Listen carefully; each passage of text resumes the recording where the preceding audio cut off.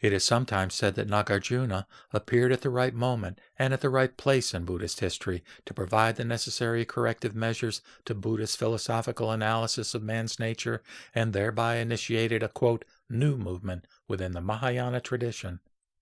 First of all, however, it must be remembered that he did not appear out of a vacuum, but rather that he came after a long period of Buddhist activity in India proper. At least 6 or 7 centuries had transpired between the historical Buddha and Nagarjuna, a time in which Buddhists actively explored, criticized, and propagated the Buddhist truth. This is the period which produced the 18 contending schools of the Abhidharma system discussed earlier, and also the time which saw the germs of the break in the interpretation of the nature of the summa bonum or nirvana between the Hinayana, inclusive of modern Theravada, and Mahayana traditions. At the same time, secondly, it should be noted that the Mahayana tradition in its earliest phase, that is, pre-Christian period, had already produced some of the most attractive and arresting thoughts in Buddhist history, thoughts which are considered most fundamental to all subsequent developments in the tradition. Sutras relative to this period concentrate on the universal and extensive sameness, or samatha, or tathata, in the nature of man, his supreme wisdom, or prajna, and compassion, or karuna, all of which describe the concept of a bodhisattva, or enlightened being.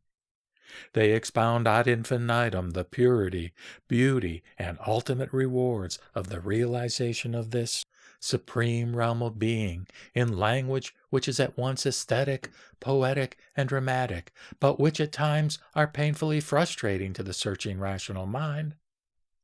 In the final identity of form and emptiness, a climax in the ideological development is reached, where the sutras, in particular the whole Prajnaparamita sutras, elaborate on the point that all forms are in the nature of void, or sunya. Thus, such forms in the nature of a sentient creature or being, a soul or vital force, a self, a personal identity, and separate elements are all essentially devoid of any characterization. The quest for voidness or emptiness is thoroughgoing, with the aim being the non-grasping, and at once the emptiness of the personal experiential components and of the personal ideational components. This is the final goal of the nirvanic realm, here and now, without residues, and achievable by all. Needless to say, the understanding of the above identities is the constant challenge and the most profound feature of the Mahayana, if not the whole of Buddhist philosophy. Unquestionably, Nagarjuna was faithful to this lineage of ideas, and he tried his hand in crystallizing the prevailing ideas.